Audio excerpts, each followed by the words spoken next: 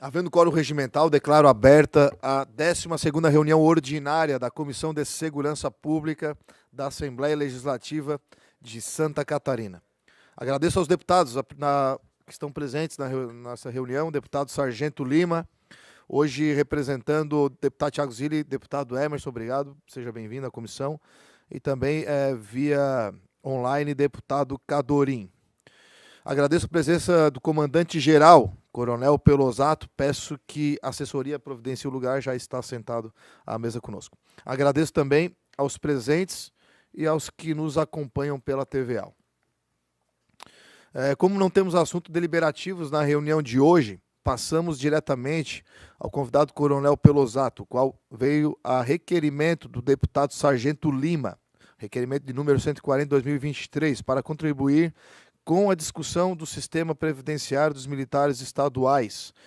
Então, já na oportunidade da outra reunião, né, o senhor não pôde se fazer presente, e a gente agradece sempre a sua boa vontade de estar vindo aqui, de poder nos trazer informações, participar dessa comissão, engrandecer essa comissão, e, logicamente, hoje em específico, tratando dessa situação da proteção social dos militares, né, o qual a gente vem debatendo bastante aqui na Assembleia Legislativa. Estive também em conversa com o governador, que também está muito preocupado com essa situação de trazer o quanto antes, também não somente na questão do projeto, né, da regulamentação da lei federal no Estado, mas como também do qual ele se comprometeu na questão do grau acima, né, de que forma ele vai poder estar contemplando e aproveitando essa situação para, de repente, já botar em dia essa que foi uma dos temas de campanha dele. Então, tenho conversado com ele e fica à vontade, coronel, para fazer uso da palavra, no que o senhor puder trazer de informação e colaborar com essa comissão.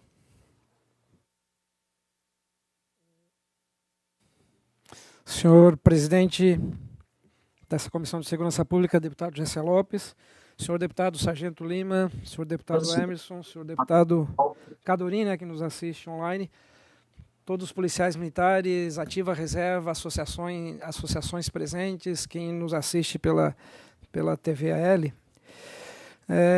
Deputado, dizer que o projeto do sistema de proteção, né, social da polícia, dos militares estaduais, né, que difere, né, da Previdência, ele é um projeto institucional da Polícia Militar, e eu posso, né, comentar também em relação ao Corpo de Bombeiros, né, nosso bombeiro militar, até por conversas recentes, né, com o coronel Fabiano e também no âmbito do colegiado dos secretários, com o nosso secretário Sorato da Casa Civil, em conversas também com o senhor governador Jorginho Melo, e ele é um projeto que eu diria de maior prioridade, né, da Polícia Militar, do Corpo de Bombeiros, para este ano. Ele é um projeto abrangente, ele é de toda a corporação, da ativa, reserva, não somente reserva, reformados e pensionistas. E nessas discussões que estão sendo feitas aí nos últimos tempos e mais intensamente neste ano, nós fizemos algumas reuniões lá no quartel, e aqui estão as associações, né, que são testemunhas, e fizemos com todas as associações. Chamamos todas as associações que existem na Polícia Militar para tratar deste e de vários outros assuntos, né? E também lhe visitamos já, conversando a respeito, o deputado Sargento Lima, fizemos algumas conversas. E eu vou falar assim de uma forma geral, depois, até para entender exatamente aqui como vai ser essa sessão, ficamos à disposição para qualquer questionamento, dúvidas, inclusive a nossa equipe técnica que está aqui, né, o Coronel Chapa, nosso diretor da DP, o Tenente Coronel Diogo, está lá a Lilian também, que fazem parte da equipe que tem estudado bastante a respeito. Mas de uma forma, então, bem objetiva e resumida, presidente, Polícia Militar e Corpo de Bombeiros de Santa Catarina buscam, né, ratificar as conquistas, né, havidas em Brasília, nessa discussão em âmbito federal, ou seja, similar às Forças Armadas, né? A Constituição Federal nos atribui nessa missão de força auxiliar também reserva, né, do Exército. Então, ou seja, similaridade com o que foi conquistado em âmbito federal, observando, né, principalmente a paridade e a integralidade. Então, ou seja, estamos sim olhando, né, nosso efetivo da reserva e pensionistas. E também de uma forma simples aqui nesse momento, a gente pode avançar, né, nessa discussão, como o senhor falou, na fala da discussão, né, da graduação ou do posto superior, ou do grau acima, né, como foi dito. Então, alguns detalhes técnicos, né, que a gente pode explicar aqui, né, não achar o jogo com mais clareza, que pode afetar essa conquista federal, da paridade e da integralidade. Então, dando um exemplo, né, de ter um policial militar na ativa que recebe uma remuneração diferente de um policial que está na reserva, que recebe uma remuneração maior. Então, isso afetaria, né, a paridade e integralidade. Então, fazendo essa fala inicial, presidente, deputado Santo Lima, deputado Emerson, deputado Cadorim, que nos assiste também, nós ficamos à disposição para responder qualquer questionamento. Como eu disse, né, a equipe técnica tem as minúcias ali dos detalhes da lei que a gente pode esclarecer aqui aos senhores à vontade. Com a palavra, deputado Sargento Lima.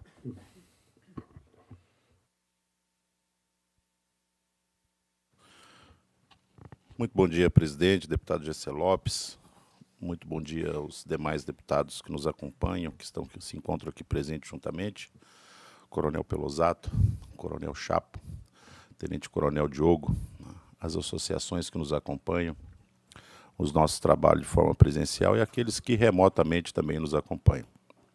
Bom, o senhor foi muito feliz no início da fala do senhor, quando nós temos uma obrigação aqui de deixar claro, de não haver a menor possibilidade de colocar no mesmo bojo de discussões aquilo que vem se discutindo em relação à previdência e em relação à proteção social.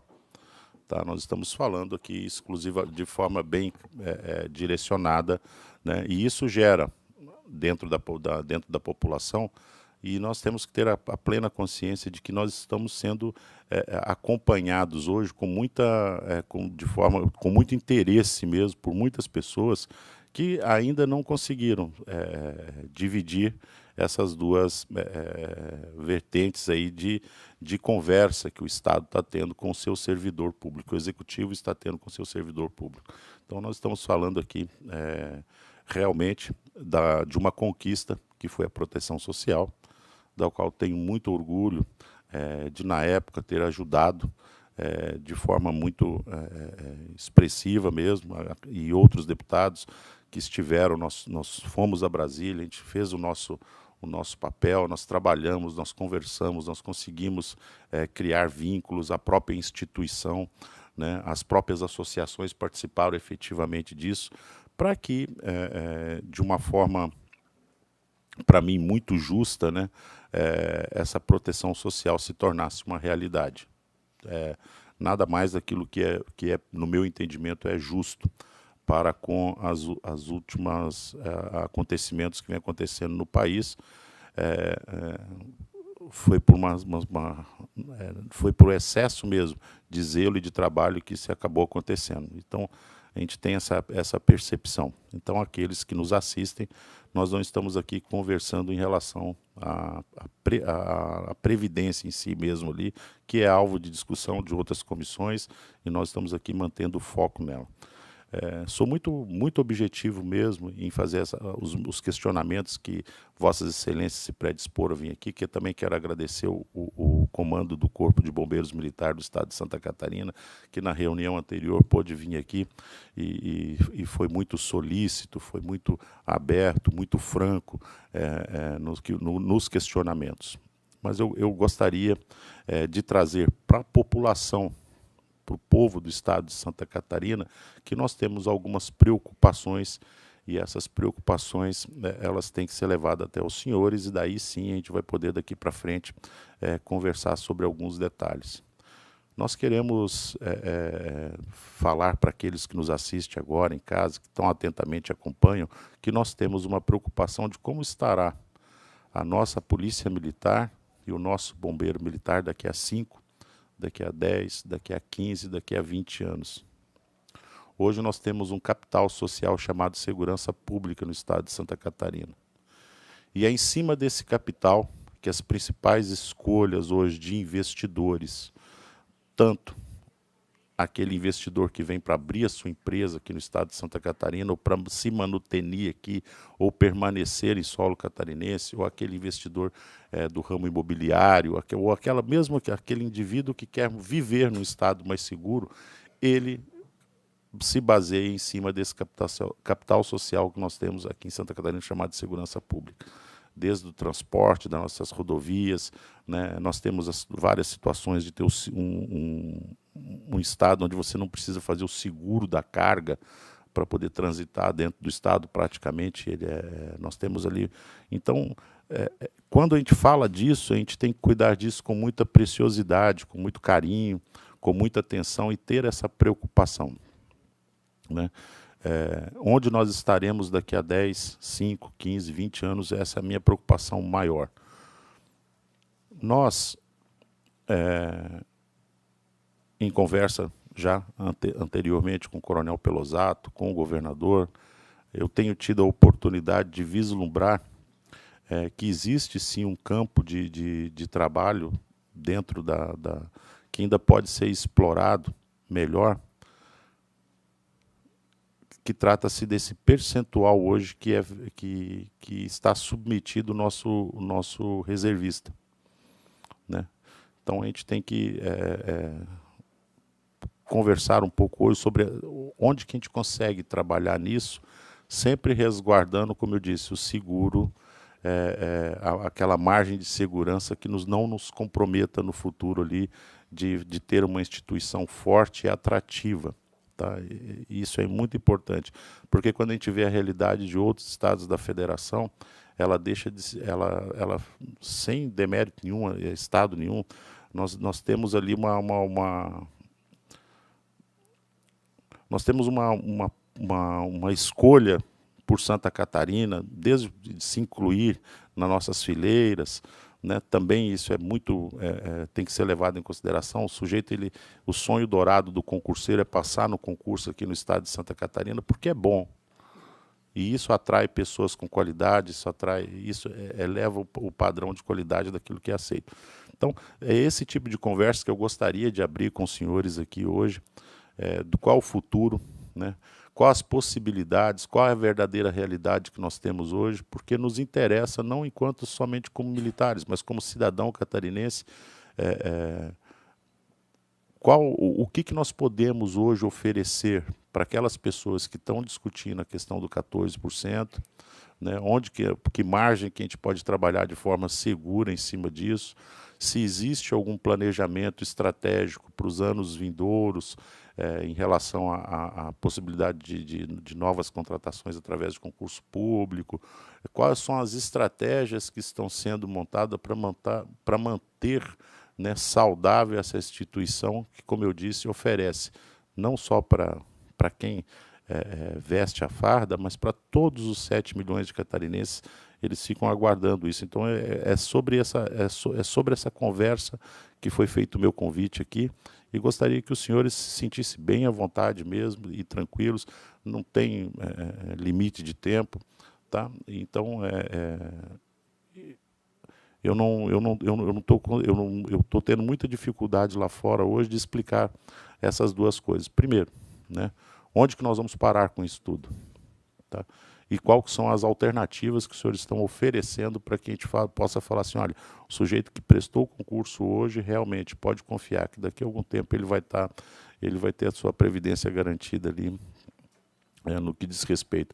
E qual que é a participação da Polícia Militar nessa negociação com o governo do Estado, com a Secretaria de Estado da Fazenda, uma visão geral assim, bem ampla mesmo, assim, para que a gente possa ter liberdade até de perguntar para quando os senhores estiverem discorrendo. Seria isso aí, presidente. Desculpa. Achei que ele ia falar. Pode falar. Deputado Sargento Lima, quando o senhor nos questiona como será o futuro da nossa corporação, é exatamente esse o pensamento, né? Quando nós falamos das conquistas em âmbito federal e de serem mantidas aqui em âmbito estadual, é exatamente isso, né? Nós olhamos o futuro do nosso reservista, do nosso policial reformado, pensionistas, isso não pode ter um prazo de validade, não pode ter validade para 2, 3 anos. Então, garante essa segurança social e jurídica futura, nessa garantia de que sim, o nosso sistema é robusto e que vale a pena, incluindo a Polícia Militar de Santa Catarina, arriscar a sua vida para defender as pessoas, porque haverá essa garantia. E, na pior hipótese, né, se perdermos a nossa vida no decorrer da carreira, ter a certeza, né, que nossos familiares terão essa garantia. Então, essa é a extrema importância. Em seguida, eu vou passar aqui para o Coronel Chapo e o Tenente Coronel Diogo para falar de alguns aspectos técnicos, né, das suas questões, mas o principal que nós queremos é exatamente isto. Nos olhar, né, para nossos... E eu sou filho de soldado, meu pai está com 85 anos, e ter essa garantia, né, que vai ter uma vida digna, né, no tempo que lhe resta aqui nessa terra. Olhar para minha mãe e ter certeza, né, que quando, né, perder, né, meu pai, ela também vai ter essa garantia. E, com todo respeito, né, mas isso é o mínimo que nós visualizamos nesse estado catarinense, que cuidamos há 188 anos. Escolhemos essa profissão que usa farda para cuidar das pessoas. Então é isso que nós esperamos, né, como retribuição, né, na nossa velhice. Como eu lhe disse, né, pessoal da nossa diretoria aqui, Coronel Chapo, por favor, pode ficar à vontade, Coronel Diogo, para avançar nessa fala aqui e nesses detalhes que o senhor, né, questiona. Senhor deputado Gessé, um pouquinho aqui.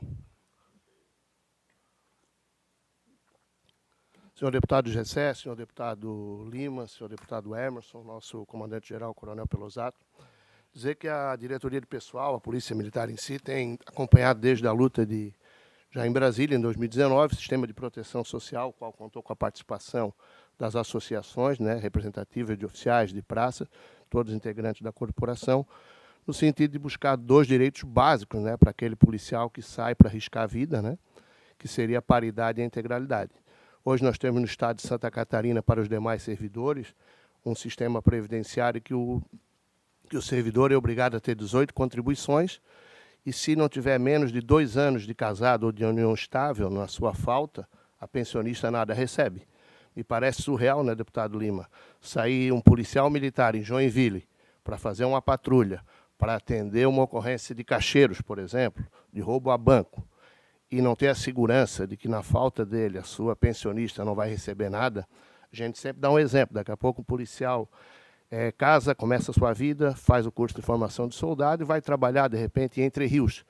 Daqui a pouco ele vem a faltar, a esposa dele recebe um auxílio funeral, dá um jeito de arrumar a mudança e vem embora para a cidade onde ela deixou trabalho, deixou os familiares dela para acompanhar o marido. Então, a gente entende que a nossa carreira, a gente tem uma dedicação, mas tem que ter uma contrapartida do governo e da sociedade como um todo, né? Para que a gente tenha esses 2 direitos básicos de paridade e integralidade. Em suma, esse é o conceito. Como o senhor fala também o que se pode fazer quanto a alíquotas, né? O que a gente entende que é a similaridade com os militares federais, 10,5%, onde foram chamados todos a participar, o ativo, o inativo e as pensionistas. E a gente tem conversado com o IPREV em algumas reuniões, e a gente tem colocado bem firme o nosso posicionamento, é claro que vai passar pela deliberação política, né, que o militar não tem contribuição previdenciária. Nós somos diferentes, nossa situação é outra, é uma retribuição. Então, do que o militar tem nos seus proventos, ele vai aportar 10,5% para compor o pagamento dos inativos e das pensionistas, né? Então, esse é o nosso conceito, que a gente é uma carreira de Estado, que o próprio Estado a gente retribui e não contribui. Seria mais ou menos esse conceito, e nos colocamos à disposição para o diálogo aí. Não sei se o Coronel Diogo quer fazer uso da palavra também, colocar algum posicionamento. Coronel também. Diogo com a palavra, aí depois eu passo para o... Só para... Eu preciso retirar que eu tenho outro compromisso, mas agradecer aqui a presença do Coronel Chapo, nosso comandante, e também o Pelosato, nosso amigo também da Polícia Militar, o Diogo. E deputado Sargento Lima, deputado Gessé, contem conosco, tá? Estamos à disposição, né, para ser parceiro, com certeza, da Polícia Militar. E quando esse projeto aportar aqui, nós vamos estar defendendo, com certeza. Obrigado. Obrigado, deputado. Com a palavra, Coronel? Tenente Coronel Tenente Diogo. Coronel Diogo. Eu trabalho na diretoria de pessoal e atuo nos processos de inatividade dos militares. O que a gente coloca em relação a 13954 é que ela trouxe direitos aos militares, mas também trouxe várias obrigações. Isso é preciso deixar bem claro, que o militar, com a edição da 13954, vai trabalhar 17% a mais do tempo devido. Que o militar precisa elaborar 25 anos, o militar atual precisa elaborar 25 anos de exercício de atividade de natureza militar. Que o militar que ingressou na PM depois da edição da 13954 vai ter seu tempo majorado. Ele, para ingressar na inatividade, ele vai precisar trabalhar 35 anos de exercício de atividade, sendo 30 de exercício de atividade de interesse militar. Então, a própria Lei 13954, assim como estendeu direitos, trouxe obrigações aos militares homens e militares mulheres. No âmbito das militares mulheres, não existe diferenciação de tempo de serviço, diferente da legislação previdenciária dos civis, né? Essa foi a contrapartida dos militares. Por conta disso, a Lei 13954 foi amplamente debatida no Congresso e veio resgatar alguns direitos que foram perdidos pelos militares, como o Coronel Chapo colocou, a questão da pensionista, né? E fortaleceu a questão da paridade e integralidade. E ela trouxe também um regramento em termos de alíquota, um direcionamento em termos de alíquota, de forma a que todos pagam 10,5% de forma linear, pensionistas, ativos e inativos. Isso, ao longo prazo, ajuda a equalizar o sistema financeiro, né? Então, são essas colocações que eu gostaria de fazer, deixar bem evidenciado aqui que o nosso sistema, o nosso regime jurídico dos militares é um regime jurídico diferente do servidor civil. Isso está na legislação, na 13954, já existem decisões já do STF nesse sentido. Por isso, a necessidade de aplicar de instituir uma legislação estadual com esse conceito da legislação federal, que estabelece regras diferentes do servidor civil do militar, por diversas questões. Até o senhor Sargento Lima sabe da nossa condição de militar, enfim, isso foi colocado já na 13954. Eu vou passar aqui uma preocupação minha. Eu já tive uma série de reuniões com o governador e eu levo para eles sempre algumas demandas. Uma das que eu sempre levei até hoje, até a minha última reunião semana passada, que eu sempre falo sobre esse mesmo tema. Por quê? Porque eu vejo o Jorginho, um cara que é muito comprometido com aquilo que ele se propõe a fazer. Eu vejo isso em todas as pautas, assim. Então eu vejo a preocupação dele sempre de tentar fazer com aquilo que ele se comprometeu a fazer. E na campanha ele se comprometeu com o grau acima, eu sempre falo isso para ele, e em nenhum momento isso é constrangedor para ele. E ele sempre trata isso com muita responsabilidade, disse que quer fazer, está vendo formas de fazer, e ele nunca disse que não. Pede sempre paciência, porque dentre essa tem outras pautas que ele precisa contemplar. O meu único medo, receio, e aí os senhores podem me ajudar, é de que alguma informação possa ser levada para ele da forma como não é a certa. Isso é a minha opinião. E aí vocês vão dizer. Porque nós temos aqui um trechinho do projeto da lei federal que trata exatamente dessa oportunidade. E aí os senhores veem de que forma vocês interpretam isso. No artigo 24F, que é assegurado o direito adquirido na concessão de inatividade remunerada aos militares dos estados, do Distrito Federal e dos territórios, e de pensão militar aos seus beneficiários, a qualquer tempo, desde que tenha sido cumprido até 31 de dezembro de 2019. Os requisitos exigidos pela lei vigente do ente federativo para obtenção desses benefícios, observados critérios de concessão e de cálculo em vigor da data de atendimento dos requisitos. Pelo que a gente entende desse trecho, ele dá a oportunidade se assim o governador quiser, de fazer a manutenção desses direitos que eles tinham até então. Onde não tinha, o Estado que não tinha, ele não pode mais. Mas o Estado que tem, ele poderia manter se assim ele quiser.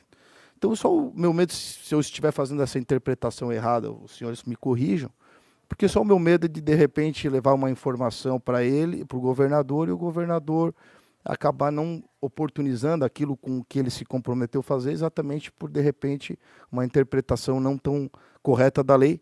Então, eu abro a palavra, se os senhores tiverem alguma contraposição com relação a isso, agradeço. Diogo, rápido aqui. Não foi assim descartada essa discussão ainda, né? Então, nas falas com o governador, isso é um assunto que volta e meia se trata, né?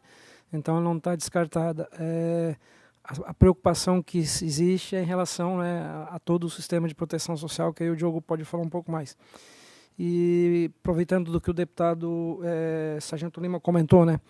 Nós recebemos um convite, deputado, dias atrás, para participar de um evento aqui em Santa Catarina, inédito no Brasil e no planeta. Só acontecia na Noruega, Europa, e veio para Santa Catarina. E por que veio para Santa Catarina? E por que a Polícia Militar está sentada lá, né? A deputada Paulinha estava presente e chamava Green Destination, né? Ou seja, um evento feito no Brasil tratando disso. E por que a Polícia Militar estava sentada lá, representando os órgãos de ordem pública, né? É porque ninguém faz turismo em lugar nenhum que não tenha segurança. Ninguém investe em indústria, ninguém vai morar com a sua família num local que não é inseguro. A gente tem visto imagens aí de um estado próximo aqui e que o caos está nas ruas, né? A gente tem visto lá hordas de criminosos circulando pela rua em verdadeira desordem. Então, apenas para enaltecer, né? E a gente tem conversado isso no nosso efetivo. Não tem arrogância no que a gente está falando aqui, mas nós precisamos, Polícia Militar, perder a timidez. Sim, nós precisamos dizer que nós somos a melhor Polícia Militar do Brasil, os indicadores estão dizendo isso, né? Os números de homicídios, quando a gente destaca aqui uma cidade, né, Jaraguá do Sul, 2,3 homicídios por 100 habitantes, se tirar confronto com a polícia, vai pela metade, nós vamos fazer já isso. Um homicídio lá no tráfico não pode ser comparado com um confronto policial. Então, sim, os nossos indicadores vão melhorar, né, nesse sentido muito mais. Então, eu só queria fazer esse comentário rápido, né? Não tem arrogância, como eu disse. Sim, é trabalho, é resultado dos órgãos de ordem pública, representados, sim, pelo Corpo de Bombeiros, pela Polícia Civil, pela Polícia Penal Científica, e números que indicam, né, que esta corporação policial militar aqui, ela é destaque no Brasil e é copiada. E deixa aí, Diogo, você complementa aí, por favor. Só para colocar uma situação, em relação a 13954, que o senhor coloca ali, do artigo 24F, né? Acontece, ali o artigo estabelece ali, observados os requisitos exigidos pela lei vigente do ente federativo. Acontece que a lei complementar 765 de 2020, ela trata de remuneração de inatividade, de ativos e inativos. E ali consolidou a remuneração de inatividade dos militares. De modo que um terceiro sargento da ativa percebe os mesmos proventos de um terceiro sargento da inatividade. A 765 fez essa consolidação, certo? Então, e a lei e o decreto que colocou as regras de transição, colocou desde 31/12/21. Então, a 765 já estava vigente. Então, tem essa celeuma jurídica por conta da 765. E, por conta disso, pode haver conflito jurídico em pagar proventos de um militar da ativa com remuneração diversa do militar nativo, porque nas normas gerais lá da 13954 estabelece lá no artigo 24A, no inciso 3º ali, que visa preservar a equivalente remuneração do militar da ativa correspondente ao posto de graduação. Então, assim, a remuneração de inatividade ela é idêntica à remuneração do militar da ativa. Então, por conta disso, eu entendo eu entendo que pode haver um problema jurídico em criar um direito retroativo e um débito aí para o Estado, e financeiro, inclusive, né? E ações judiciais. Então, essa que eu imagino que seja uma dificuldade legal, mas o projeto passa pela Procuradoria, né, pela PGE, analisa as questões jurídicas, vai vir aqui para a Assembleia Legislativa, imagino que os senhores vai passar na CCJ, então essas questões jurídicas também serão analisadas, por isso que na nossa visão existe essa dificuldade, né? Porque se um militar inativo, digamos que um terceiro sargento inativo receba X, né, com esse grau acima, um terceiro sargento da ativa vai também querer receber X com base na 13954, porque as remunerações devem ser equivalentes. Então, vai ter esse conflito aí de interesses e essa celeuma jurídica, né? E a questão da paridade e integralidade, que é o conceito da 13954, né? Todos recebem igual, né? Quem está no mesmo posto de graduação recebe os mesmos valores. Mas é um tema polêmico e é importante que se traga ao debate para se encontrar um bom termo, né?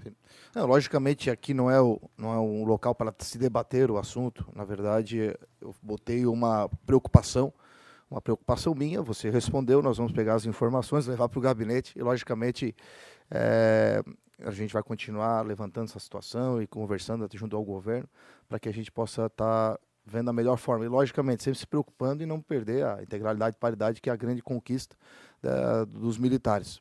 Mas, havendo essa oportunidade, né, a gente contemplar, ou se vocês também ver outras formas de ajudar o governador a contemplar algo que ele quer, e ele se comprometeu, então ajudar, levar formas, levar meios, né, da gente conseguir, isso também nos ajudará bastante. Deputado Sargento Lima.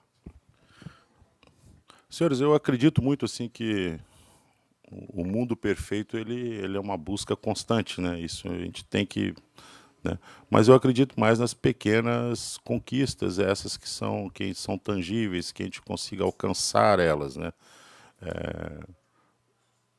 Fiz os questionamentos anteriores ali, bem direcionado mesmo em relação à redução de alíquota.